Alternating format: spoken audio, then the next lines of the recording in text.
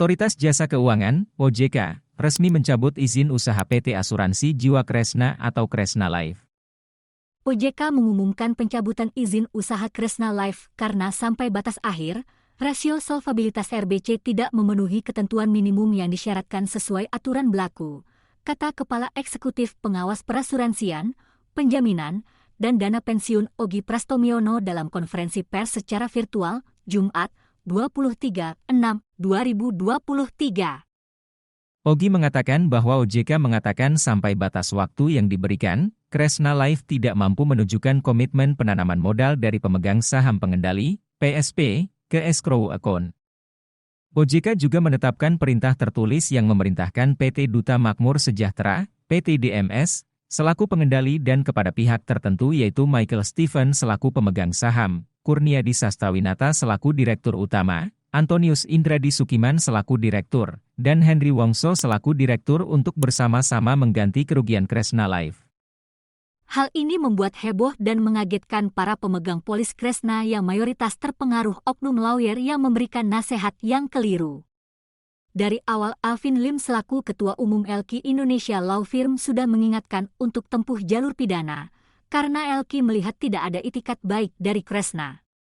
Ternyata benar apa yang LQ sampaikan, OJK pun merasa dan tahu bahwa Kresna tidak ada itikat baik sehingga mencabut izin usaha Kresna Life. Sekarang nasib Kresna Life sudah berakhir, pidana berjalan dan sita aset milik Kresna akan dilakukan kepolisian. Ujar Kadif Humas LQ Indonesia Law Firm, Advokat Bambang Hartono, SH, MH.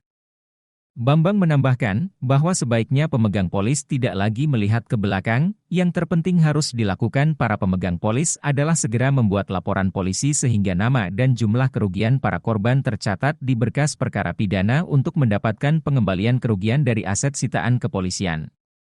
Para pemegang polis yang belum memiliki pengacara bisa menghubungi LQ Indonesia Law Firm di hotline 081748909999 dan 081804890999 untuk konsultasi gratis.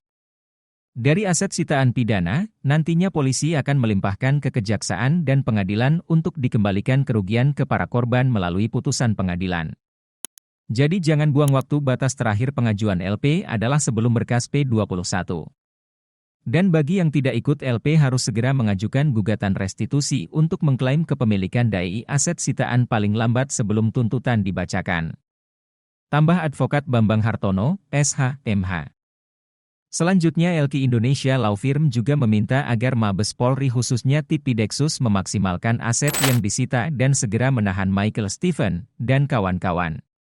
Jelas melalui pers rilis OJK bahwa Michael Stephen adalah pemilik dan pengendali Kresna Life, patut diduga kuat uang dan keuntungan dari kerugian mengalir ke Michael Stephen.